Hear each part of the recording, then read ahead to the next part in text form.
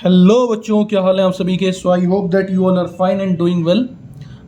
सो आज की इस वीडियो में हम लोग बात करेंगे क्लास 10th के chapter number 3 pair of the linear equations in two variable के बारे में।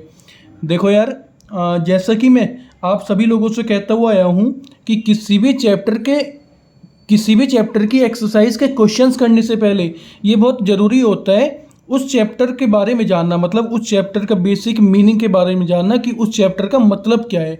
तो सबसे पहले हम यही समझेंगे कि pair of the linear equation in two variable का मतलब क्या होता है।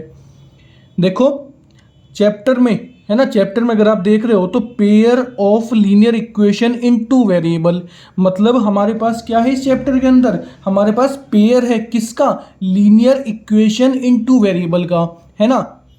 तो कहीं ना कहीं लीनियर वर्ड से आप भली भांति परिचित हो कि लीनियर हम लोग पढ़ते हुए आए हैं चैप्टर नंबर 2 पॉलिनोमियल्स के अंदर कि लीनियर पॉलिनोमियल किसे कहते हैं, ऐसा पॉलिनोमियल जिसकी डिग्री होती है 1। और पेयर का मतलब आपको पता ही है, पेयर का मतलब किससे होता है, 2 से। मतलब जहां भी दो नंबर ऑफ एलिमेंट्स होंगे तो हम क्या कह देंगे उसे कि वो क्या है, एक पेयर है ना। तो दो नंबर से मिलकर बनता है एक पेयर। और क्या है इसके बाद, इन टू वेरिएबल्स, मतलब ऐसी लीनियर इक्वेशन का पेयर है जिसके अंदर कितने वेरिएबल का यूज हुआ है, टू वेरिएबल्स का। तो जो सिर्फ नई चीज़ है, मतलब जो केवल नई चीज़ है इसके अंदर, वो क्या है, इक्वेशंस है। बाकी सब चीज़ों से आप भली भांति परिचित हो कि लीनियर किसे कहते हैं, है ना, वेरिएबल वगैरह सब चीज़ें पता है आपको। केवल नई चीज़ क्या है, नई चीज़ है इक्वेशन। तो सबसे पहले इक्वेशन का मतलब ही जानते हैं कि इक्वेशन किसे कहते हैं। देखो, इक्वेशन की डेफिनेशन होती है, इक्वेशन की डेफिनेशन होती है ऐसी एल्जेब्रिक एक्सप्रेशन जिसके अंदर क्या होगा, इक्वल टू का साइन होगा। An algebraic expression having equal to sign, है ना। तो चलो इसीलिए अपने चैप्टर की शुरुआत करते हैं हम किससे, एल्जेब्रिक एक्सप्रेशन से। तो सबसे पहले मैं हेडिंग डाल रहा हूं आपके सामने, क्या, एल्जेब्रिक एक्सप्रेशन। ये मैं आप लोगों को चैप्टर नंबर 2 पॉलिनोमियल्स में भी बताता हुआ आया हूं कि एल्जेब्रिक एक्सप्रेशन हम कहते किसे हैं, है ना। तो एल्जेब्रिक एक्सप्रेशन का मतलब होता है अ कॉम्बिनेशन ऑफ, ये क्या है, बेसिकली एक कॉम्बिनेशन है ना। ये क्या है, एक कॉम्बिनेशन है किस किस का, एक कॉम्बिनेशन ऑफ कॉन्स्टेंट्स, एक combination of constants and variables. ये बेसिकली क्या है, कॉम्बिनेशन है किस किस का, कांस्टेंट और वेरिएबल्स का, जो कि एक दूसरे से कनेक्ट हुए हुए हैं, किससे, कनेक्टेड बाय सम, है ना, जो कि एक दूसरे से कनेक्ट हुए हुए हैं, किन से, कनेक्टेड बाय सम और ऑल द ऑपरेशंस, मतलब जो कि एक दूसरे से कनेक्ट हुए हुए हैं कुछ या फिर सारे के सारे ऑपरेशंस के साथ। और वो सारे ऑपरेशंस क्या हो सकते हैं, हो सकता है प्लस, या फिर हो सकता है माइनस, है ना, या फिर क्या हो सकता है, मल्टीप्लाई भी हो सकता है। मतलब एक तरीके से मैं कह सकता हूँ एल्जेब्रिक एक्सप्रेशन का मतलब है कांस्टेंट और वेरिएबल का कॉम्बिनेशन जो कि एक दूसरे से कनेक्ट हुए हुए हैं, किन किन साइन से, प्लस से हो सकता है, माइनस से हो सकता है, मल्टीप्लाई से हो सकता है। देखो लिखा हुआ है ना बाई सम, या तो इनमें से कुछ आएंगे या फिर सारे के सारे भी आ सकते हैं।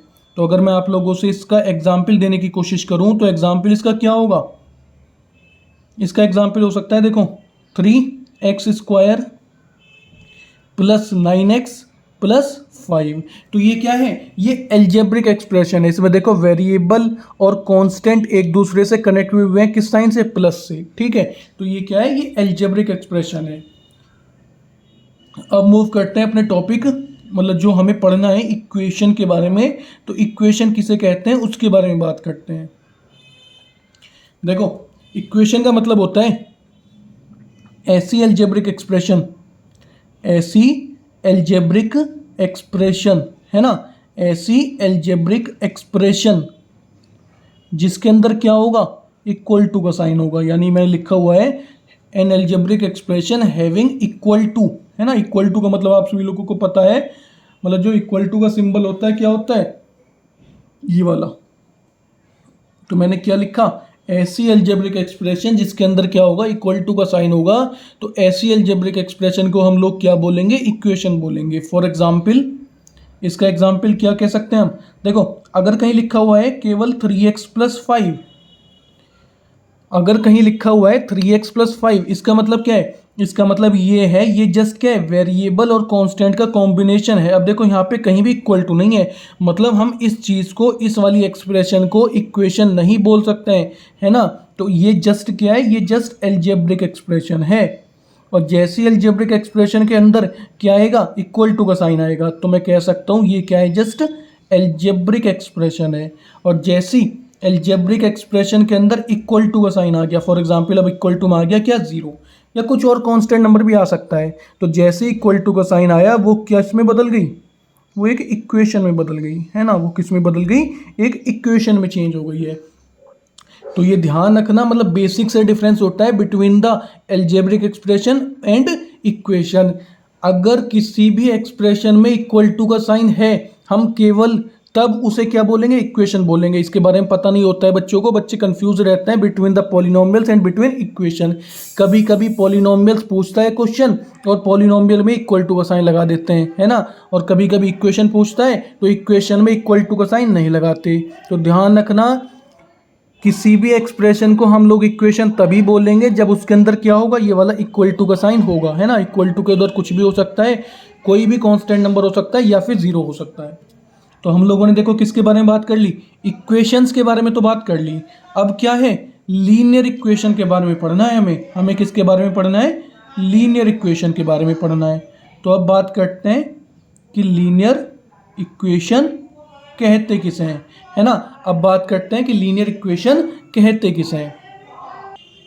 देखो भाई, लीनियर इक्वेशन कहीं ना कहीं मतलब लिंक्ड करने की कोशिश किया करो। देखो जब भी कोई नई चीज़ पढ़ा करो ना, तो उसे लिंक्ड करने की कोशिश किया करो, इंटरलिंक्ड करने की कोशिश किया करो जो भी चीज़ तुम अभी तक पढ़ते हुए आए हो। क्योंकि देखो यार, ऐसे मतलब पढ़ाई करने का यही तरीका है कि जो भी मतलब सब चीज़ें हमने सीख रखी हैं, है ना, उसके ऊपर बिल्डिंग बनाने की तैयारी किया करो, उसके ऊपर बिल्डिंग बनाने की कोशिश किया करो। मतलब जो चीज़ अभी तक आप लोगों ने पढ़ रखी है उसमें ऐड करने की कोशिश किया करो, क्या नई चीज़ हमें और सीखने को मिल रही है दूसरे चैप्टर के अंदर। तो देखो, इससे पहले वाले चैप्टर में हम लोग पढ़ते हुए आए थे किसके बारे में, लीनियर पॉलिनोमियल। और यहाँ पर जस्ट क्या है, पॉलिनोमियल की जगह इक्वेशन है। तो लीनियर पॉलिनोमियल का मतलब क्या होता है, ऐसा पॉलिनोमियल जिसकी डिग्री क्या होगी, 1 होगी। और डिग्री का मतलब आप सभी लोगों को पता है, maximum power of the variable, है ना। वहाँ पर हम कहते थे the maximum power of the variable in an polynomial, यहाँ पर बोल देंगे the maximum power of the variable in an equation. ठीक है, तो डेफिनेशन वही रहनी है। लीनियर इक्वेशन हम लोग क्या बोलेंगे, एन इक्वेशन। वहाँ पे कहते थे ऐसा polynomial, a polynomial having degree 1, यहाँ पर बोलेंगे एन इक्वेशन, मतलब एक ऐसी इक्वेशन जिसकी डिग्री क्या होगी, 1 होगी। एन इक्वेशन हैविंग डिग्री, है ना, एक ऐसी इक्वेशन जिसकी डिग्री क्या होगी, 1 होगी। तो भाई ऐसी इक्वेशन को हम लोग क्या बोलेंगे, लीनियर इक्वेशन बोलेंगे। तो इज कॉल्ड लीनियर इक्वेशन। तो ऐसी इक्वेशन जिसकी डिग्री होगी 1, तो भाई ऐसी इक्वेशन को हम लोग क्या बोलेंगे, लीनियर इक्वेशन बोलेंगे। इसका एग्जाम्पल देखते हैं। देखो इसका एग्जाम्पल क्या होगा लीनियर इक्वेशन का, किसी भी लीनियर इक्वेशन का एग्जाम्पल हो सकता है। अगर मान लो तुम्हारे पास लिखा हुआ है ये 3x + 9 = 0। देखो इक्वल टू का साइन लगा हुआ है, मतलब ये क्या इक्वेशन है, और वेरिएबल की मैक्सिमम पावर देखो 1 है। तो ऐसी इक्वेशन को हम लोग क्या बोलेंगे, लीनियर इक्वेशन बोलेंगे।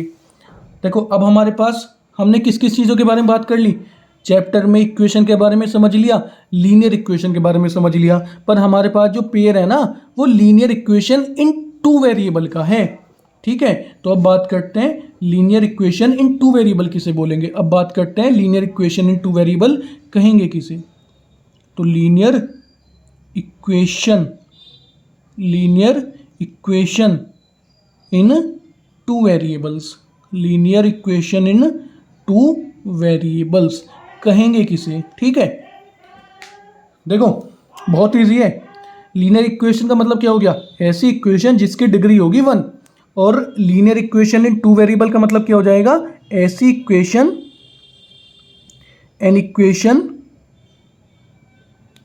ऐसी इक्वेशन जिसकी डिग्री तो क्या होगी, जिसकी डिग्री तो होगी 1, है ना। ऐसी इक्वेशन जिसकी डिग्री तो होगी 1, क्योंकि लीनियर इक्वेशन कह रहा है, लेकिन उसके अंदर कितने वेरिएबल्स का यूज हुआ होगा, 2 वेरिएबल्स का यूज हुआ होगा। मतलब an equation of degree 1 and having, और उसके अंदर कितने वेरिएबल्स का यूज हुआ होगा, एंड हैविंग टू वेरिएबल्स, मतलब एक ऐसी इक्वेशन जिसकी डिग्री तो 1 होगी पर उसके अंदर कितने वेरिएबल्स का यूज हुआ होगा, 2 वेरिएबल्स का यूज हुआ होगा। तो भाई ऐसी इक्वेशन को हम लोग क्या बोल देंगे, linear equation in two variable बोल देंगे। फॉर एग्जाम्पल इसका एग्जाम्पल क्या होगा, मान लो मेरे सामने लिखा हुआ है 3x plus 5y plus 9 equal to में 0। देखो लीनियर इक्वेशन है, वेरिएबल की मैक्सिमम पावर 1 है हर टर्म के अंदर, है ना, और इस वाली इक्वेशन के अंदर 2 वेरिएबल का यूज हुआ है, एक तो वेरिएबल x है और दूसरे वेरिएबल क्या है, y है। मतलब हम कह सकते हैं ऐसी इक्वेशन जिसकी डिग्री तो 1 होगी और उसके अंदर कितने वेरिएबल का यूज हुआ होगा, 2 वेरिएबल का यूज हुआ होगा। तो भाई ऐसी इक्वेशन को हम लोग क्या बोल देंगे, linear equation in two variable बोल देंगे। देखो जैसे कि मैंने आपको चैप्टर 2 पॉलिनोमियल में भी समझाया था कि क्वाड्रेटिक पॉलिनोमियल की स्टैंडर्ड फॉर्म होती है ax square plus bx plus c। Similarly linear equation in two variable की जो स्टैंडर्ड फॉर्म होती है ना, वो क्या होती है, ax plus by plus c is equal to 0। ये क्या है, ये जनरल, इसे बोल देंगे ये क्या है, जनरल या फिर स्टैंडर्ड फॉर्म है। ये क्या है, जनरल या फिर स्टैंडर्ड फॉर्म है। किसकी है ये जनरल या standard form, linear equation in two variable की। ये जनरल या फिर स्टैंडर्ड फॉर्म है, किसकी जनरल या स्टैंडर्ड फॉर्म है, ये linear equation in two variable की स्टैंडर्ड फॉर्म है ना। देखो ax plus b y, a b क्या है यहाँ पर, ये कॉफिशिएंट है, a कॉफिशिएंट हो गया x का, b कॉफिशिएंट हो गया y का और c क्या है, कांस्टेंट टर्म है। पर हमने अब तक क्या बात कर ली, देखो इक्वेशन के बारे में समझ लिया, इक्वेशन के बारे में समझ लिया, लीनियर इक्वेशन के बारे में समझ लिया, then linear equation in two variable के बारे में भी हम लोगों ने पढ़ लिया है। अब यहाँ पर क्या है, पेयर ऑफ लीनियर इक्वेशन, मतलब जो अभी हमने linear equation in two variable समझी हैं उनके मतलब ऐसी 2 लीनियर इक्वेशन होंगी। मतलब ऐसी लीनियर इक्वेशन टू वेरिएबल का किसके बारे में बात करनी है, पेयर के बारे में बात करनी है। पेयर का मतलब किससे होता है, 2 से होता है ना। तो ध्यान रखना, इसमें ही समझा रहा हूं यही पॉइंट बना के। अब क्योंकि मैंने बताया लीनियर इक्वेशन टू वेरिएबल की स्टैंडर्ड फॉर्म ये होती है, मतलब अब हमारे पास जो चैप्टर का नाम है pair of linear equation in two variable, उसके क्या फॉर्म होगी, मतलब वो कहेंगे किसे, देखो a1x plus b1y plus c1 is equal to 0। पहली लीनियर इक्वेशन टू वेरिएबल तो ये हो गई, है ना, क्योंकि पेयर की बात कर रहा है क्वेश्चन हमसे। तो a2x plus b2y plus c2 is equal to 0। दूसरी लीनियर इक्वेशन टू वेरिएबल ये हो गई। अब देखो अगर मैं इसको दोनों को कंबाइन कर दूं तो ये दोनों मिलके क्या बना रही हैं, pair of the linear equation two variable बना रही हैं। तो ये क्या होंगी, ध्यान रखना, ये है जनरल या फिर स्टैंडर्ड फॉर्म। किसकी, ये क्या है, जनरल या स्टैंडर्ड फॉर्म है। किसकी है ये जनरल या स्टैंडर्ड फॉर्म, लीनियर इक्वेशन, ये नहीं, pair of linear equation in two variable, pair of linear equation in two variable. इसका मतलब ये हुआ, कुछ ज़्यादा कंफ्यूज होने वाली बात नहीं है। मतलब जो भी है ना इक्वेशन आप लोगों को गिवन होंगी क्वेश्चन में, उसकी कंपेयरिंग आप standard form of the pair of the linear equation in two variable से करोगे, जो कि क्या होती है, a1x plus b1y plus c1 is equal to 0, और दूसरी क्या होती है, a2x plus b2y plus c2 is equal to 0। देखो ये सब चीज़ें हमने पढ़ ली हैं, मतलब ये सब चीज़ें हमने पढ़ ली हैं, चैप्टर के बारे में समझ लिया। मतलब चैप्टर का जो नाम था एक्चुअली में pair of linear equation two variable, उसका मतलब क्या होता है, इन सब चीज़ों में हमने वो पढ़ लिया है ना। देखो ये सब पढ़ना ना ज़रूरी होता है, क्योंकि जब आप क्वेश्चंस करोगे तो उसमें यूज़ होंगे लीनियर इक्वेशन या लीनियर इक्वेशन टू वेरिएबल, और उसका ही मतलब आपको पता नहीं है, तो ऐसे कैसे काम चलेगा, है ना। तो ऐसे क्वेश्चंस को करने में मज़ा नहीं आता है।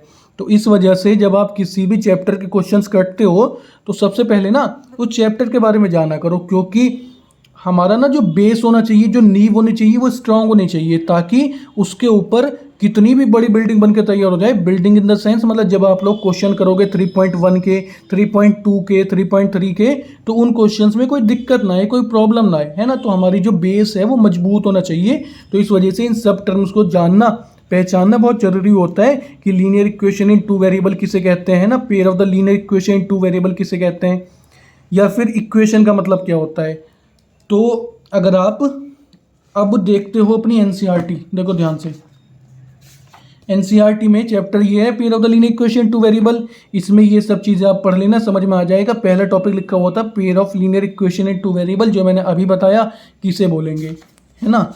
देन कुछ ग्राफ वगैरह के बारे में इंफॉर्मेशन और है ना। 3.1 में भी वैसे हमें 3.1 में ग्राफ बनाना सीखना है। ग्राफ कैसे बनेगा किसी भी पेयर ऑफ किसी भी लीनियर इक्वेशन टू वेरिएबल का। तो एक चीज़ ध्यान से समझना, है ना, नोट करके लिखेंगे। क्या लिखोगे नोट करके? कि जो किसी भी लीनियर इक्वेशन टू वेरिएबल का जो ग्राफ होता है ना, मतलब किसी भी लीनियर इक्वेशन टू वेरिएबल का ग्राफ होता है वो एक स्ट्रेट लाइन में आता है। मतलब जब आप ग्राफ प्लॉट करोगे किसी भी लीनियर इक्वेशन टू वेरिएबल का, तो किस में आएगा? एक स्ट्रेट लाइन में आएगा। तो लिखोगे a graph of linear equation in two variable. मतलब जो ग्राफ होता है ना किसका? किसी भी linear equation in two variable का। A graph of linear equation in two variable वो कैसा होता है? एक स्ट्रेट लाइन में होता है, इज स्ट्रेट लाइन।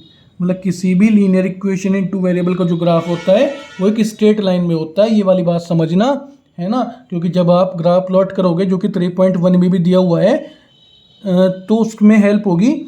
ध्यान रखना किसी भी लीनियर इक्वेशन टू वेरिएबल का ग्राफ एक स्ट्रेट लाइन होता है। Now move to the questions of exercise 3.1। हाँ तो भाई एक्सरसाइज 3.1 क्वेश्चन नंबर फर्स्ट।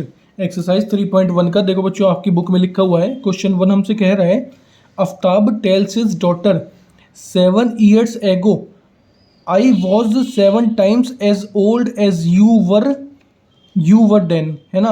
मतलब आफ्ताब ने अपनी बेटी से कहा 7 साल पहले। 7 years एगो का मतलब हो गया 7 साल पहले। आई वॉज देखो मतलब ये कौन सी वर्ब है? ये पास्ट वाली वर्ब है। हेल्पिंग वर्ब कौन सी है? ये पास्ट वाली है। मतलब 7 साल पहले की बात कर रहा है आफ्ताब के। 7 साल पहले मैं, मतलब Aftab, I was 7 times as old as you were then. मतलब मैं तुमसे 7 गुना 7 times क्या था? बड़ा था जितना तुम थी। मतलब तुम्हारी एज से मैं, आफ्ताब नाम का कोई व्यक्ति अपनी बेटी से कह रहा है कि मेरी एज क्या थी? मेरी एज तुम्हारी एज के 7 times थी। एंड उसके बाद बोला है आल्सो 3 years फ्रॉम नाउ, है ना। अब से 3 साल बाद I shall be 3 times as old as you will be. अब कह रहा है कि अब से, मतलब प्रेजेंट एज से 3 साल बाद आई शैल बी। शैल देखो कहाँ की है? फ्यूचर वाली वर्ब है। मतलब मैं तुमसे 3 टाइम बड़ा हूँगा, है ना, जितनी तुम्हारी एज होगी। मतलब मैं तुमसे 3 times बड़ा हूँगा जितनी तुम्हारी एज होगी। तो देखो मेरी एक बात को बहुत अच्छे से समझना कि एजिस वाले क्वेश्चन में हम हमेशा क्या करते हैं? प्रेजेंट एज सपोज करते हैं।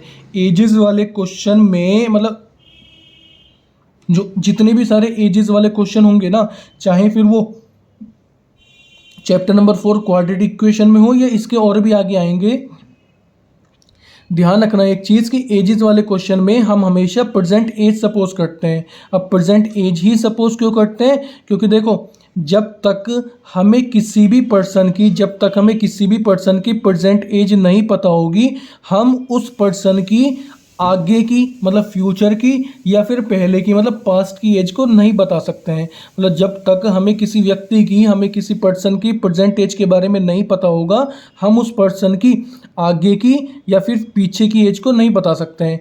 कंसीडर करके देख लो यार, अपने ऊपर लेके के देखो। अगर तुम्हें अपनी परसेंटेज नहीं पता होगी, है ना, अगर तुम्हें अपनी परसेंटेज नहीं पता होगी तो तुम अपने, मतलब तुम 5 साल बाद कितने साल के होगे नहीं पता होगा तुम लोगों को, या फिर 5 साल पहले तुम कितने साल के होगे, मतलब थे, नहीं पता होगा। तो ध्यान रखना यही रीज़न होता है कि परसेंटेज वाले क्वेश्चन में हम हमेशा परसेंटेज को ही सपोज करते हैं। क्यों? क्योंकि जब तक हमें परसेंटेज नहीं पता होगी, हम फ्यूचर की या फिर पास्ट की एज को नहीं बता सकते हैं।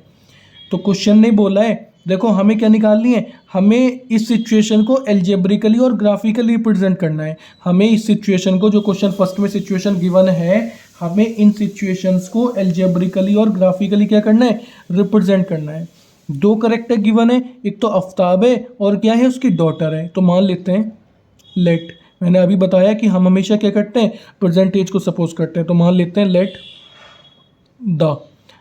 The present as. हमने मान लिया कि जो प्रेजेंट एज है किसकी? आफ्ताब की।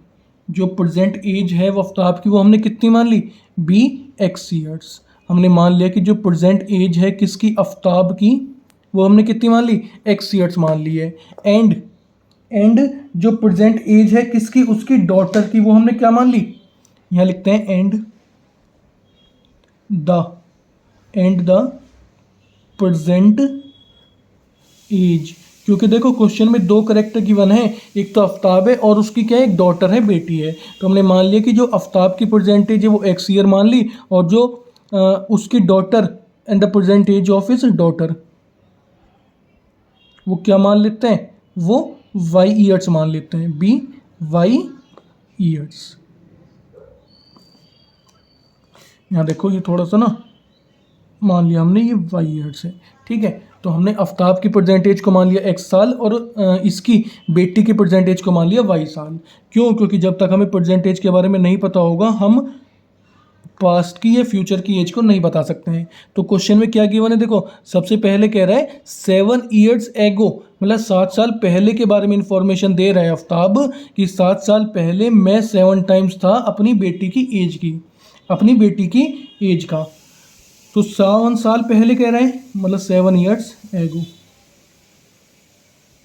देखो इसकी थ्योरी बनाना सीखना, 7 ईयर्स एगो की बात कर रहा है कोई आफ्ताब हमसे।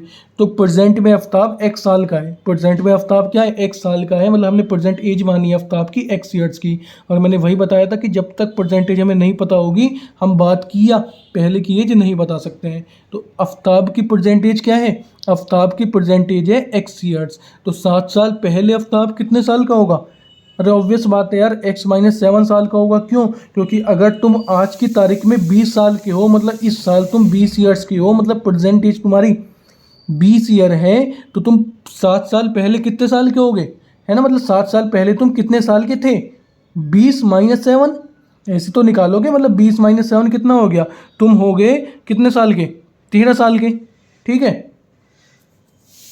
तो प्रेजेंट में आफ्ताब नाम का कोई व्यक्ति एक साल का है अगर, तो 7 साल पहले आफ्ताब की एज क्या होगी, मतलब 7 साल पहले की बात कर रहा है, एज ऑफ आफ्ताब वो कितने साल का होगा, प्रेजेंट में से क्या माइनस कर देंगे, 7 को माइनस कर देंगे, मतलब जो भी आएगी हमें नहीं पता क्या आएगी, x-7 ईयर्स।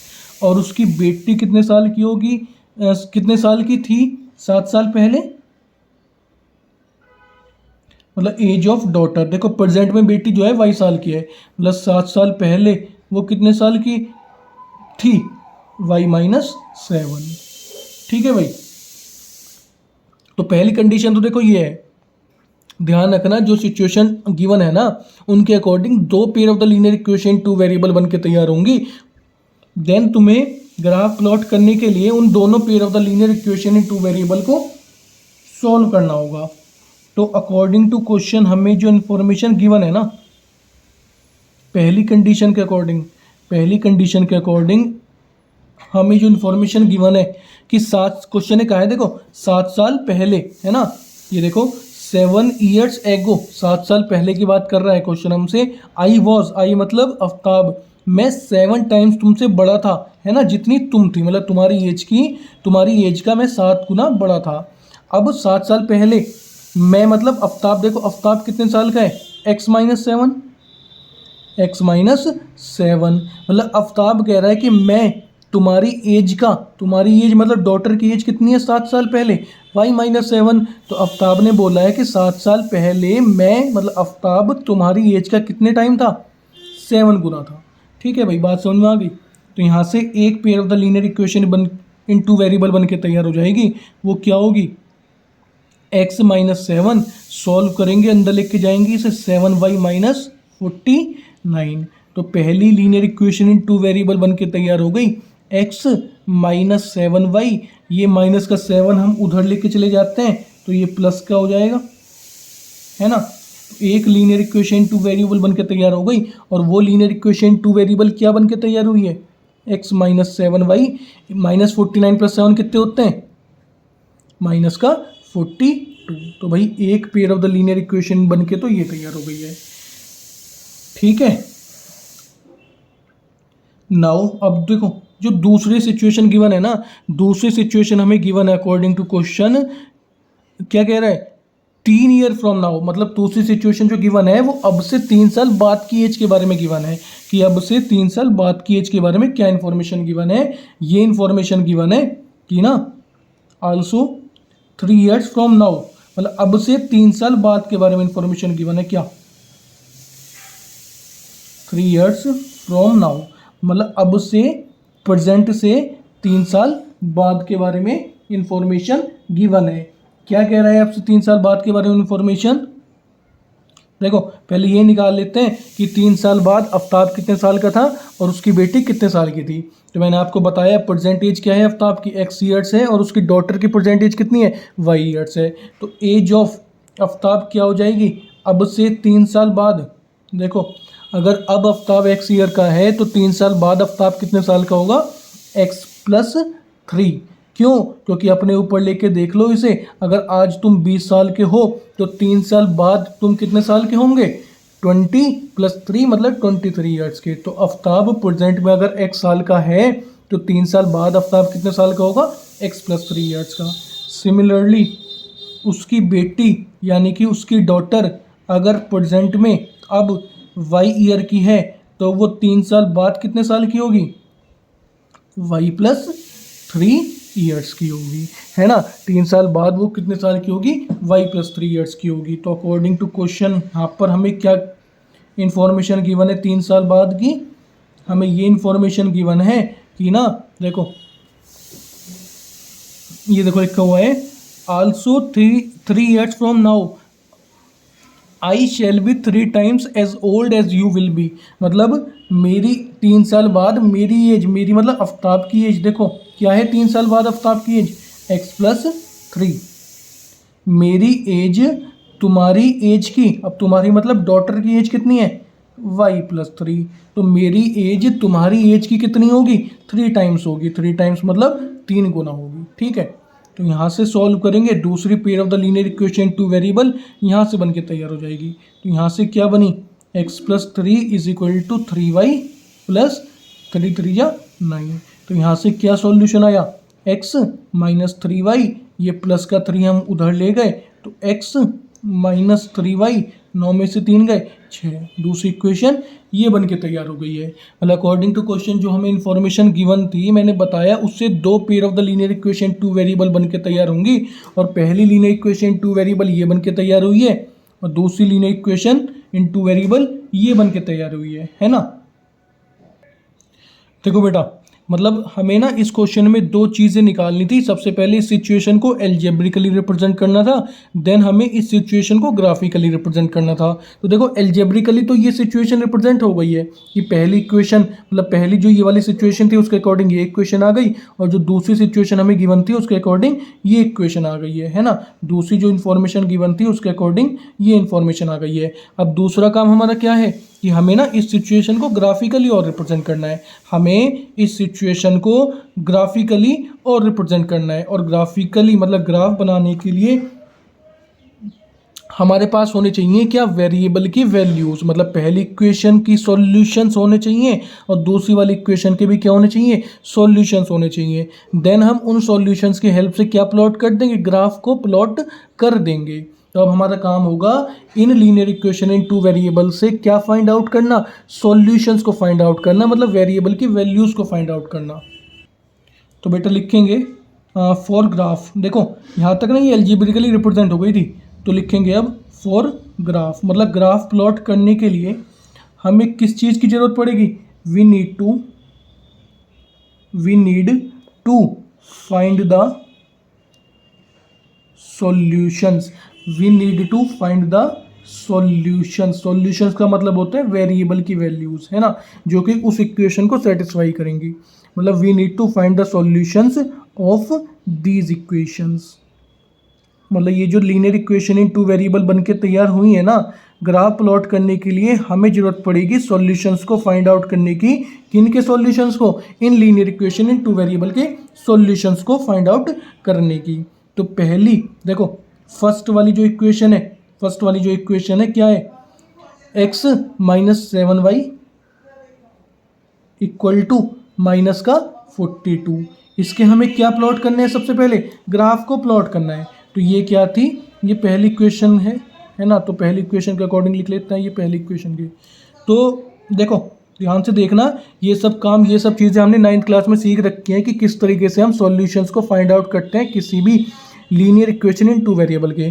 ध्यान रखना, सॉल्यूशन का मतलब होता है वेरिएबल की वो वैल्यू जो कि गिवन इक्वेशन को सेटिस्फाई करेंगी। वेरिएबल की वो वैल्यू जो कि गिवन इक्वेशन को सेटिस्फाई करेंगी, हमें वही फाइंड आउट करनी है।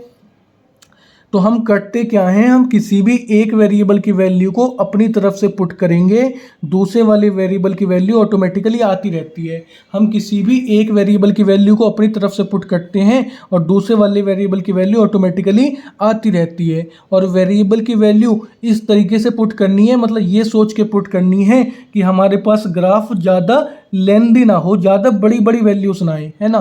तो देखो सबसे पहले ना मैं किसी भी एक वेरिएबल की वैल्यू पुट करेंगे, मतलब x की जगह 0 पुट कर दें। देखो जैसे ही हम x की जगह 0 पुट करेंगे y की वैल्यू 6 आ जाएगी, जो कि ज़्यादा बड़ी नहीं होती है क्योंकि निगेटिव से निगेटिव कैंसिल हो जाएगा।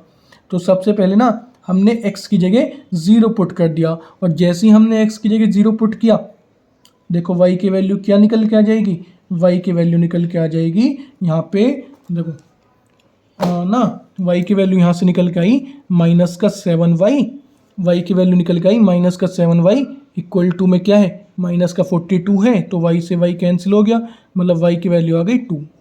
तो x की वैल्यू 0 पुट करने पे देखो y की वैल्यू क्या निकल के आई हमारे पास 0.2।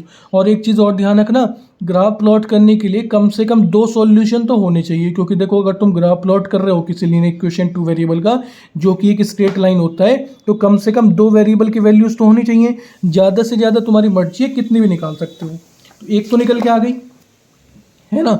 दूसरी और निकालते हैं। देखो दूसरे निकालने के लिए हम लोगों ने क्या पुट करते हैं, दूसरे निकालने के लिए ना अब हम क्या पुट करें, मैंने बताया किसी भी एक वेरिएबल की वैल्यू पुट करनी है, तो अब पुट कर देते हैं।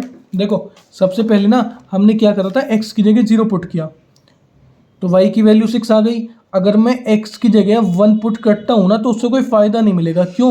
क्योंकि देखो 1 उधर जाके माइनस होगा, मतलब माइनस के 43, और 7 से माइनस का 43 डिवाइड नहीं होता है। तो ये सोच समझ के आप लोगों को वेरिएबल की वैल्यू पुट करनी है कि ग्राफ ज़्यादा लेंदी ना हो, मतलब ज़्यादा बड़ी बड़ी वैल्यूज़ ना आए और फ्रैक्शन में ना आए, क्योंकि अगर फ्रैक्शन में आ गई वैल्यू तो आप लोगों को उसे प्लॉट करना, मतलब दिखाना ग्राफ पे क्या होगा, थोड़ा सा टिपिकल पड़ेगा।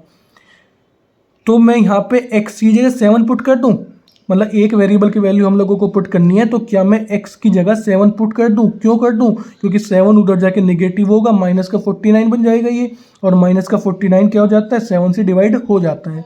तो यही सोच के हमने क्या करा, एक वेरिएबल की वैल्यू पुट कर दी, क्या, x की जगह 7। ठीक है, तो जैसे हमने पुट करी x की जगह 7, इक्वेशन क्या दी, x -7y, है ना, x -7y equal to minus के 42। हमने x की जगह क्या पुट करा, 7 पुट कर दिया। x -7y इक्वल टू में क्या है, माइनस का 42 है। तो भाई यहाँ से देखेंगे प्लस का 7 उधर जाके माइनस का होगा, तो माइनस के 42 माइनस का 7 क्या हो गया, ये माइनस का 49। तो y की वैल्यू क्या आ गई, निगेटिव से निगेटिव कैंसिल हुआ, है ना, y की वैल्यू आ गई 7। तो मैंने वही बताया था, कम से कम 2 कोऑर्डिनेट्स होने चाहिए, ज़्यादा से ज़्यादा आप कितने भी निकाल सकते हो। तो बस 2 वेरिएबल की वैल्यूज़ आ गई, इनकी हेल्प से हम क्या करेंगे, ग्राफ को प्लॉट कर देंगे। देखो ये x है, ये y है, तो भाई x की जगह सबसे पहले हमने पुट किया था 0, y की वैल्यू निकल गई 2। देन x की जगह हमने पुट किया था फिर क्या, x की जगह हमने पुट किया था फिर 7, और y की वैल्यू भी क्या निकल गई, 7 आई। अब देखो ये सॉल्यूशंस आए, है ना। सॉल्यूशंस का मतलब मैंने बताया वेरिएबल की वो वैल्यू जो कि गिवन इक्वेशन को सेटिस्फाई करेंगी। जब आप इन्हें पुट करके देखोगे तो ये इक्वेशन को सेटिस्फाई करेंगी। अब देखो दूसरी वाली लीनियर इक्वेशन टू वेरिएबल के भी सॉल्यूशन हम लोगों को फाइंड आउट करने हैं, है ना। तो दूसरी लीनियर इक्वेशन टू वेरिएबल क्या बन के तैयार हुई थी, x -3y equal to 6। x -3y equal to में क्या था, 6 था, है ना। तो x -3y इक्वल टू 6, ये क्या था, इक्वेशन 2 का हमने यूज़ किया है ना, जो इक्वेशन 2 मान रखी है। तो वही सॉल्यूशन निकालने के लिए हम सबसे पहले किसी भी एक वेरिएबल की वैल्यू को पुट करेंगे, दूसरे वाले वेरिएबल की वैल्यू ऑटोमेटिकली आती रहती है। तो हमने पुट करा x की जगह 0, है, छोटी से छोटी वैल्यू पुट करनी है, बस ये रहे कि ग्राफ ज़्यादा, मतलब वेरिएबल की वैल्यू ज़्यादा लेंदी ना आए और फ्रैक्शन में ना आए। तो x की जगह 0 पुट कर दिया, जैसे 0 पुट किया y की वैल्यू देखो क्या आ गई, y की वैल्यू यहाँ से निकल के आ जाएगी, 3 इसके डिवाइड में पहुँचेगा तो क्या हो जाएगा ये -2। सिमिलरली सेकेंड वेरिएबल की वैल्यू निकालने के लिए हम पुट कर रहे हैं, देखो अब x की जगह 1 पुट करने से फ़ायदा नहीं है, क्यों? क्योंकि 1 उधर जाएगा, 6 - 1 5 हो गया, और 5 - 3 से डिवाइड नहीं होता है। तो कोई ऐसा नंबर सर्च करो जो कि जिससे -3 डिवाइड हो जाए जब 6 में से ये घटाएंगे। तो 3 है ऐसा नंबर, 3 भी नहीं है ना, वैसे 3 है। देखो अगर मैंने x की जगह 3 पुट कर दिया तो उधर जाके वो माइनस को जाएगा, 6 में से 3 गए 3, और 3 - 3 से डिवाइड हो जाता है। तो हमने x की जगह अब क्या पुट करा, 3 पुट करा, और जैसे 3 पुट किया देखो ये प्लस का 3 उधर जाके क्या हो गया, माइनस का हो गया, यानी कि 6 - 3, और 6 में से 3 गए क्या बचता है, 3 बचता है ना। तो यहाँ से वेरिएबल की वैल्यू क्या आ गई, यहाँ से वेरिएबल की वैल्यू आ गई -1, यहाँ से वेरिएबल की वैल्यू क्या आ गई, -1 आ गई है। मतलब क्या हुआ इसका, मतलब सॉल्यूशन टेबल जो निकल के आई, क्या निकल के आई, एक्स वाई, मतलब सबसे पहले हमने x की जगह 0 पुट किया, y की वैल्यू आई -2, देन हमने x की जगह 3 पुट किया, y की वैल्यू आई -1। तो ये सॉल्यूशन टेबल हो गई। इस सॉल्यूशन टेबल की हेल्प से आप लोग ग्राफ प्लॉट कर लोगे। मैं इसका यहाँ पे ग्राफ बना के नहीं दिखा रहा हूँ, क्योंकि आप लोगों को ग्राफ बनाना होगा किसमें, ग्राफ कॉपी में। देखो बहुत इजी हो गया, पहली लीनियर इक्वेशन 2 वेरिएबल का ग्राफ प्लॉट कर दोगे इस सॉल्यूशन टेबल से, और दूसरी लीनियर इक्वेशन 2 वेरिएबल का ग्राफ प्लॉट कर दोगे आप इस टेबल से, है ना। 3.1 में 3.2 के क्वेश्चंस में करके देख लेंगे, अभी नहीं करके देख रहे हैं, मतलब ग्राफ अभी नहीं बना रहे हैं हम, ठीक है। तो आज की इस वीडियो को इतने ही रोकते हैं। आप लोग इसका रिवीजन करना अच्छे से, है ना, और देखो जैसे जैसे मैं लिख रहा हूँ ना, और अपने वैसी नोट्स भी बनाते रहना, ठीक है। ओके।